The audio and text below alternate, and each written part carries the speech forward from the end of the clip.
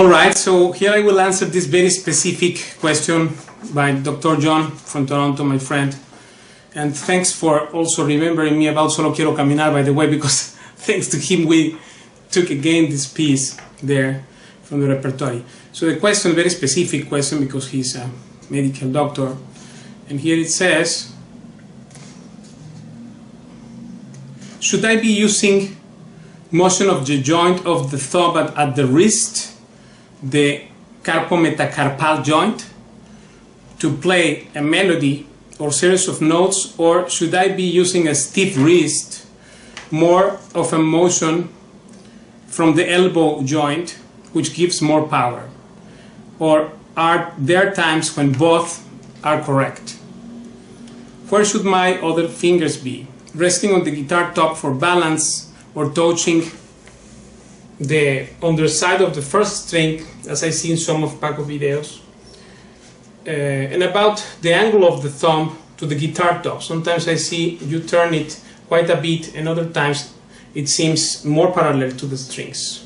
So this here is very interesting, very specific question, because sometimes with the thumb, of course, we have, this is pure straight, and then angle, so we get this 45 degrees, most of the time. Remember that we are 4 centimeters from the bridge to have the right sound.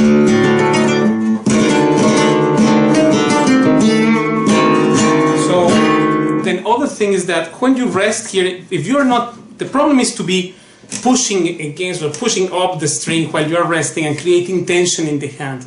You know, that's why. If you're creating tension in the hand while doing these things, so suppose one time I do, so, no. So there is no problem that I have this touching the string. Really, you could also avoid it altogether.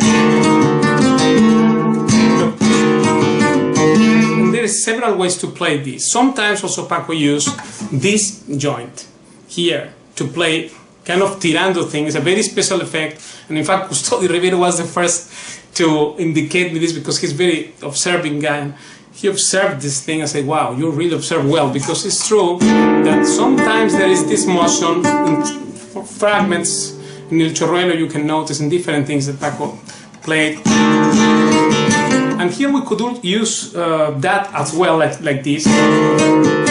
Suppose to emphasize certain kind of accents, or of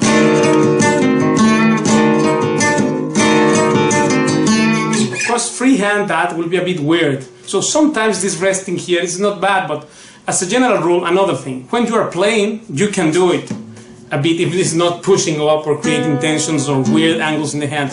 But when you are practicing thumb playing in the scales, let's say, when you play scales,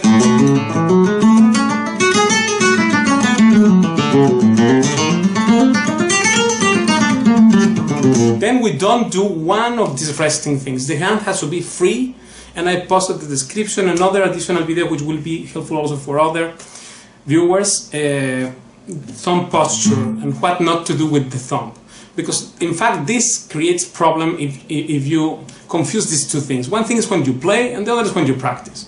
When you practice, like box, people of the box sport, they are jumping, right, in a string, right, jumping this rope thing. But then when they go to the match, box match, they don't do that. So it doesn't matter how you will perform with what you are practicing. So to train to that moment, that's what I mean, right? So in the box match, you don't see jumping in the rope anyone, but in the training is there. So same thing here, we train one way and we may play another. We sometimes play as we train, but not always. And don't confuse these two things, because when you are training, when you are practicing scales with the thumb, or thumb work, or Alzapua, no finger should be resting on the first string or on the top, because this limits and makes this very weird thing. This is very bad, and actually you have to have more from the wrist thing. Now, about the attack you mentioned, not a stiff wrist, but more straight.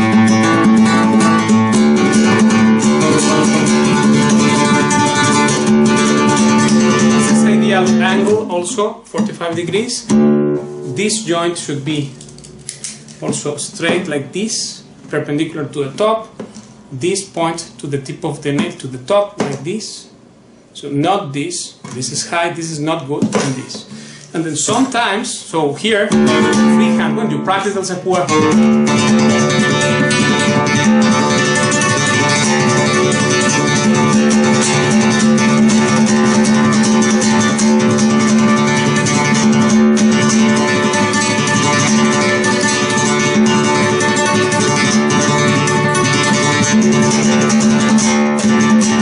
when you play, if this happens sometime, to be touching the string, no problem. And also you can try to play with this part of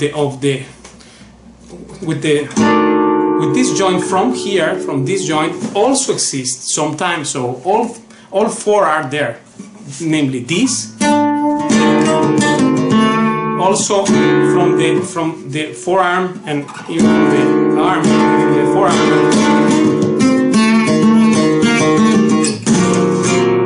This kind of attack, and also from here, although much less, just the finger, because in classical guitar that's what they do.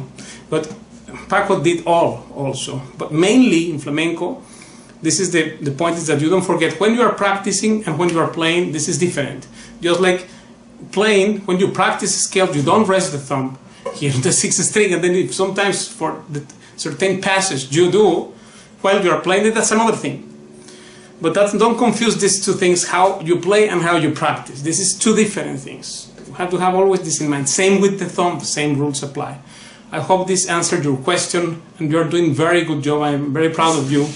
And since we met in Toronto many years ago, I knew you are a real follower of Paco de Lucia. So thank you for this question. Will help a lot of people watching it and follow this example to be interested in acquiring and cultivating more knowledge about the Paco de Lucia's style. Thank you, and I see you next time.